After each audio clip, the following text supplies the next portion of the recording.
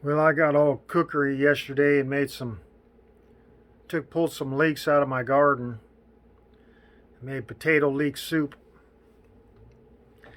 And some of the herbs that I was supposed to put in it was bay leaves and uh, thyme. You know, you got to pull bay leaves out because they're like poisonous or something like that. Well, anyway, I've been trying to figure out, how to put spices in like that, or like herbs in, and then, they say wrap them, but there's some of that stuff. You wrap them, then you pull them out. Well, I got one of those little teaballs, those little metal teaballs.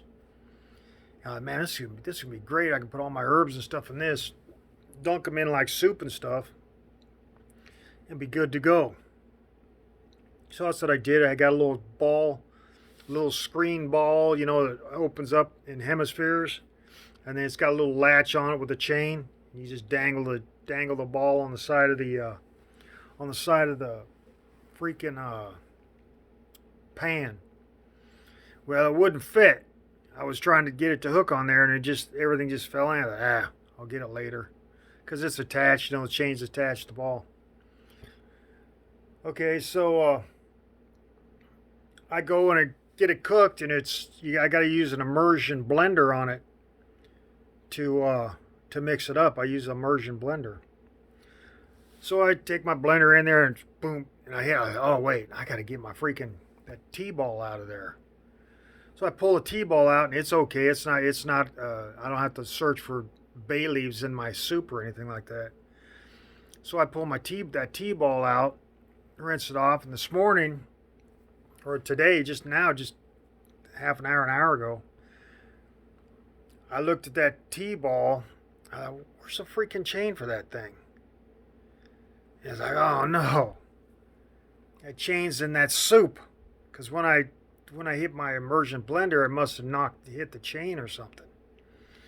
I thought, oh man, I'm gonna have to throw all that. I'm not gonna eat that chain. So I got these neo-medium magnets or whatever they call them. And I put them all, wash them off, wash my hands off, and start dragging them through the soup. Well, this ain't working. I mean, it's stainless, but what did I find? Some of it or something like that? That's what it was. There was a short. How did I find that? There was a short half I found. I don't know how I found that. Anyway. But it was like half a chain and a clip missing. And then I'm not gonna eat it, so I started dragging that magnet through. I thought this ain't gonna work. So I got a big sieve for like rinsing out rice and all that stuff. It's pretty fine. And anyway, so I'm dragging this magnet through this. And so I thought, man, this ain't gonna work. So I pour it all in the freaking thing. And I pour it all in, and there's like a little bit at the bottom. So I start scraping my fingers around there. Well, maybe a little bit's left. There it was. I pulled up the chain. I pulled up the hook. Oh, man, got lucky there. So just got this kind of a cautionary tale with truth attached to it, that don't use one of those T-balls with a freaking chain on it. In fact, I don't know if if you use an immersion blender, or even a blender, it'd mess it up worse than that. Because then you'd have, like, if you use bay leaves, they'd scatter them all over. But I'm still going to use a T-ball, but I'm going to figure out a way to,